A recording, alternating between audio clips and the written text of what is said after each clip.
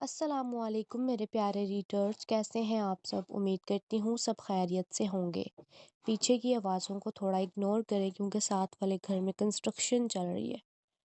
اچھا، تو پچھلی ویڈیو پہ آپ نے اچھا رسپانس دیا ہے، مگر میں امید کرتی ہوں اس ویڈیو پہ مزید اچھا رسپانس دیں گے۔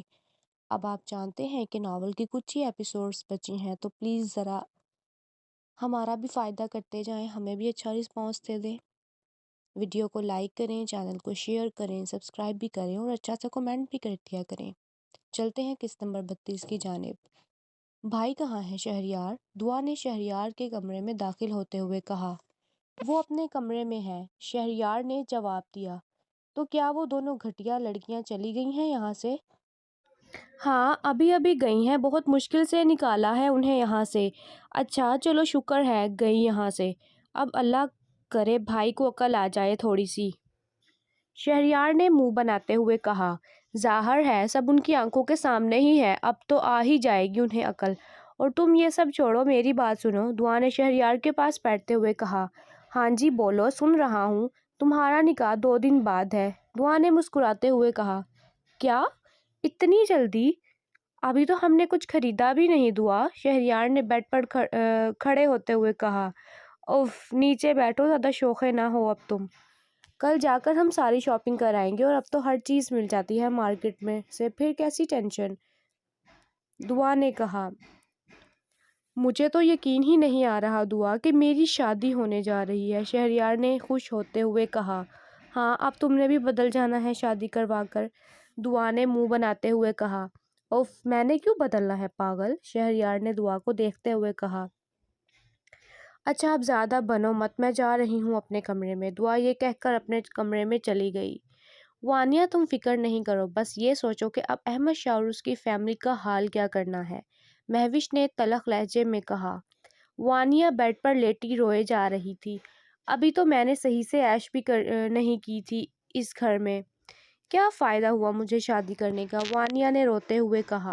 اب تمہارے پاس ایک ہی سہارا ہے جو تمہیں بچا سکتا ہے اور تمہیں اس گھر میں واپس لے جا سکتا ہے، مہوش نے وانیہ کی طرف دیکھتے ہوئے کہا۔ وہ کیا؟ بتاؤ مجھے جلدی سے، وانیہ نے اٹھ کر بیٹھتے ہوئے کہا۔ تمہارے پیٹ میں بچہ، یہی تمہیں احمد شاہ کے پاس دوبارہ لے جا سکتا ہے، مہوش نے تمسخرانہ انداز میں کہا۔ ہاں مہوش، یہ تو میں نے سوچا ہی نہیں، مگر یہ سب کیسے ہوگا، وانیہ نے پریشان لہجے میں کہا۔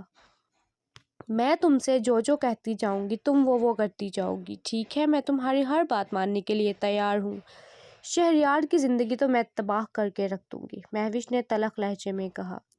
تابش، تم ارہا کا دھیان رکھو، میں بس یہ سامنے والی بیکری سے کچھ چیزیں لے لوں۔ ٹھیک ہے آنٹی، امی یہ کہہ کے گاڑی سے اتری اور چیزیں لینے کے لیے بیکری چلی گئی۔ ارہا پیچھے والی سیٹ پر کارٹ میں مزے سے سو رہی تھی، امی کا موبائل گاڑی میں ہی تھا کہ ان کے موبائل پر اچانک بیل بجی۔ تابش نے یہاں وہاں دیکھا، سیٹ پر امی کا موبائل بج رہا تھا۔ اس نے موبائل پکڑا اور دیکھا یشال کی کال آ رہی تھی۔ وہ یشال کا نام موبائل اسکرین پر شو ہوتا دیکھ کر ایک بار مسکرایا۔ اتنے میں کال بند ہو گئی۔ شٹ یار، تابش نے موبائل کو سیٹ پر رکھتے ہوئے کہا۔ 2 منٹ کے بعد موبائل دوبارہ بجنے لگا۔ ارے لگتا ہے پھر سے یشال کی کال آ رہی ہے، یہ کہتے ہوئے تابش نے موبائل پکڑا اور بے تابی سے کال اٹھانے کے لیے اسکرین پر دیکھا تو زاویار کی کال تھی۔ تابش نے منہ بناتے ہوئے کال اٹینڈ کی۔ کہاں ہیں آپ امی؟ زاویار نے کہا۔ میں تابش بات کر رہا ہوں، امی بیکری میں کچھ چیزیں لینے کے لیے گئی ہیں، میں انہیں ہسپتال چھوڑنے کے لیے گھر جا رہا تھا، تابش نے کہا۔ اوہ یار، تمہارا بہت بہت شکریہ، زاویار نے میٹھے لہجے میں کہا۔ ارے کوئی بات نہیں زاویار، تابش نے جواب دیا۔ تم لے کر آؤ امی کو گھر، میں بھی بس پہنچنے والا ہوں، پھر بیٹھ کر چائے پیتے ہیں۔ ٹھیک ہے، ہم بس آ رہے ہیں۔ اتنے میں امی نے گاڑی کا دروازہ کھولا اور سامان اندر رکھا۔ تابش نے کال بند کر کے موبائل امی کی طرف رکھا۔ کس کی کال تھی تابش؟ امی نے گاڑی میں بیٹھتے ہوئے کہا۔ زاویار کی کال تھی آنٹی، پوچھ رہا تھا کہ کہاں ہیں آپ، میں نے اسے بتا دیا کہ ہم واپس آ رہے ہیں، تابش نے گاڑی اسٹارٹ کرتے ہوئے کہا۔ ہاں بس چلو چلتے ہیں اب۔ ارہا تو نہیں اٹھی، تنگ تو نہیں کیا اس نے؟ امی نے پیچھے ارہا کی طرف مسکراتے ہوئے دیکھ کر کہا۔ نہیں، بالکل بھی نہیں، تب سے سو رہی ہے، تابش نے بھی مسکرا کر جواب دیا۔ پتہ نہیں کہاں رہ گئی ہیں امی، کال بھی اٹینڈ نہیں کر رہی، نہ جانے کیسے اکیلی ارہا کو سنبھال رہی ہوں گی۔ यशाल ने टीवी लाउंज में यहाँ वहाँ चक्कर लगाते हुए कहा। इतने में गाड़ी का हॉर्न बजने की आवाज़ सुनाई दी।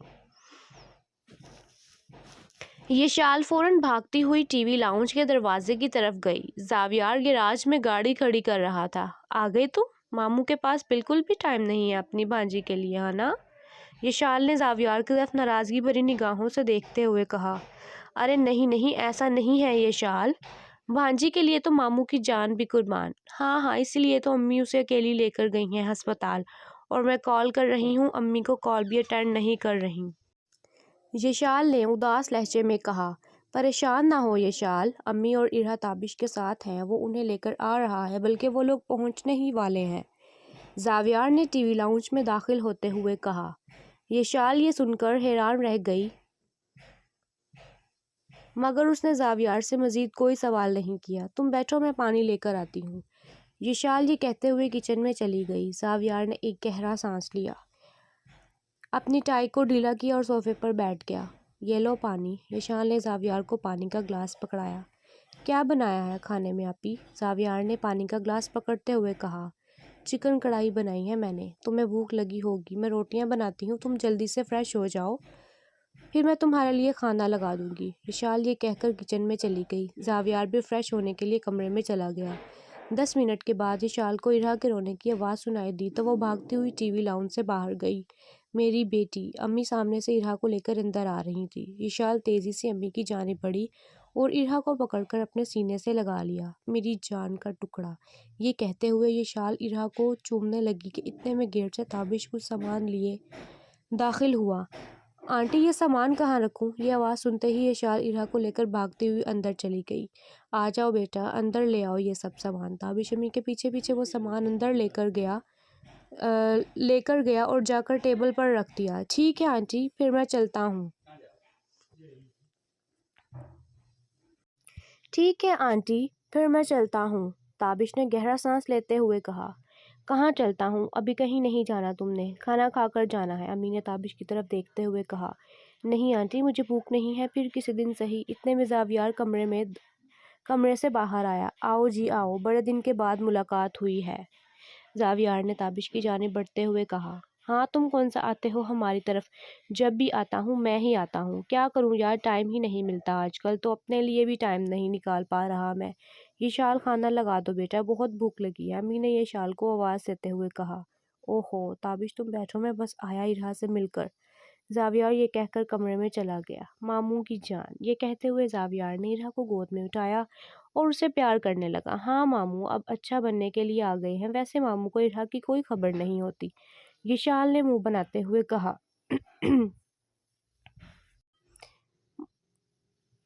आपी, ऐसे ना कहा करें आप, मुझे सबसे ज़्यादा इरहा ही की फ़िक्र है। ये कहकर जावियार इरहा को लेकर बाहर चला गया। ये शाल भी किचन में चली गई।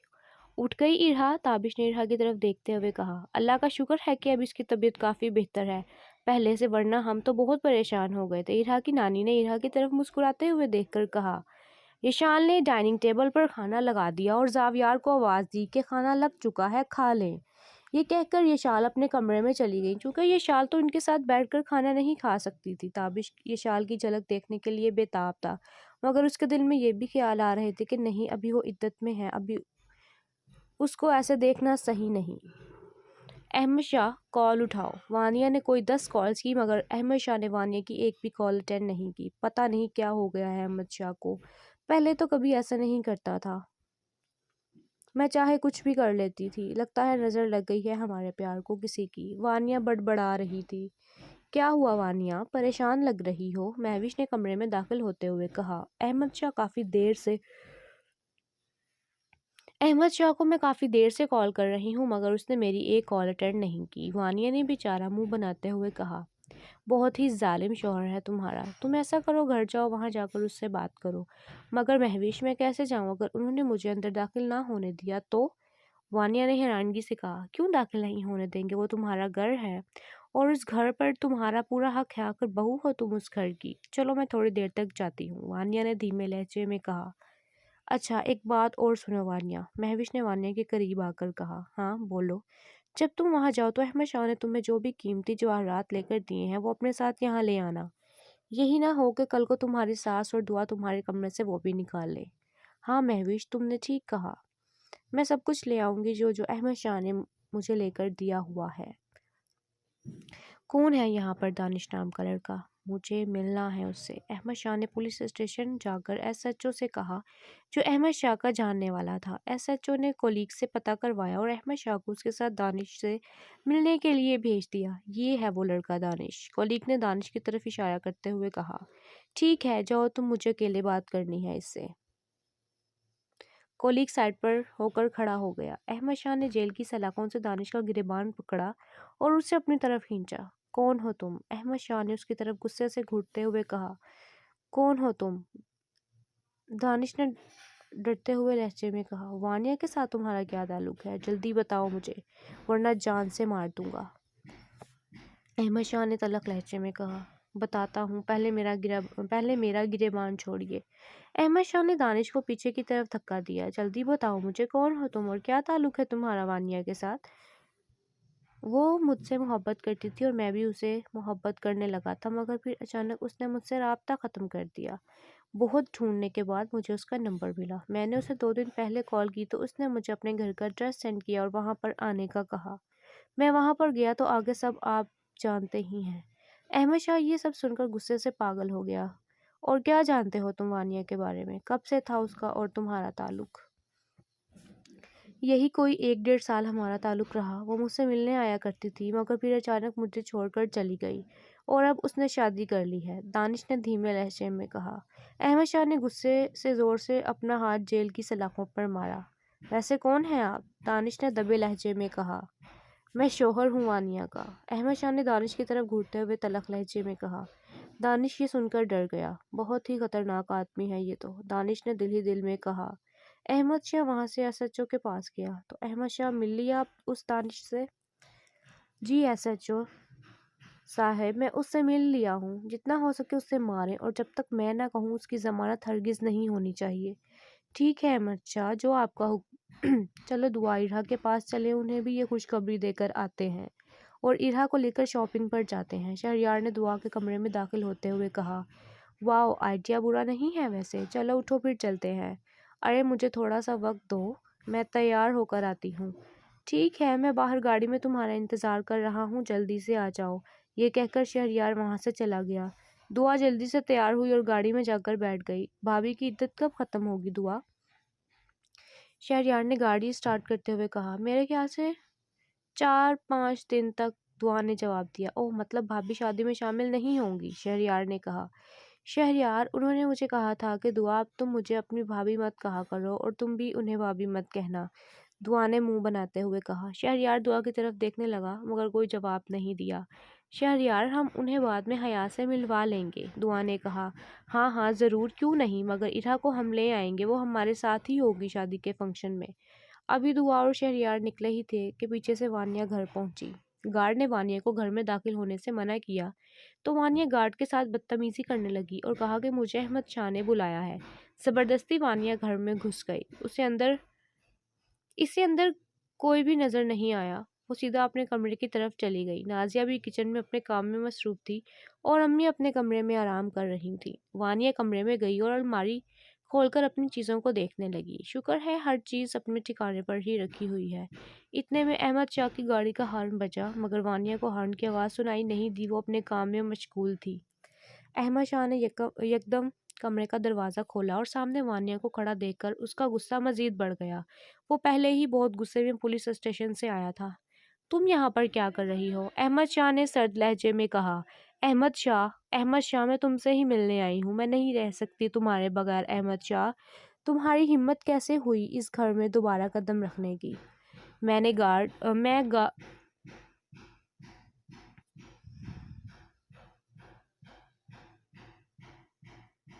गार्ड ने अंदर आने की इजाज़त दी तो दी कैसे? अहमद शाह ने वानिया की तरफ घूरते हुए कहा। अहमद शाह, मेरा नहीं तो अपने बच्चे का ही ख्याल कर लो। मुझे नहीं लगता कि ये बच्चा भी मेरा है। मुझे तो लगता है ये बच्चा भी तुम्हारे उस आशिक का ही है जिसे बुलाकर तुम यहाँ पर घटिया हरकतें कर रही थी। निकलो मेरे कमरे से अभी के अभी। अहमद शाह ने वानिया का बाजू पकड़कर उसे कमरे से बाहर धक्का देते हुए कहा। अहमद शाह, तुम मेरे साथ ऐसा नहीं कर सकते। वानिया अहमद शाह के कदमों میں بیٹھ گئی اور اس کی ٹانگ پکڑ لی۔ احمد شاہ مت کرو ایسا میرے ساتھ، میں مر جاؤں گی۔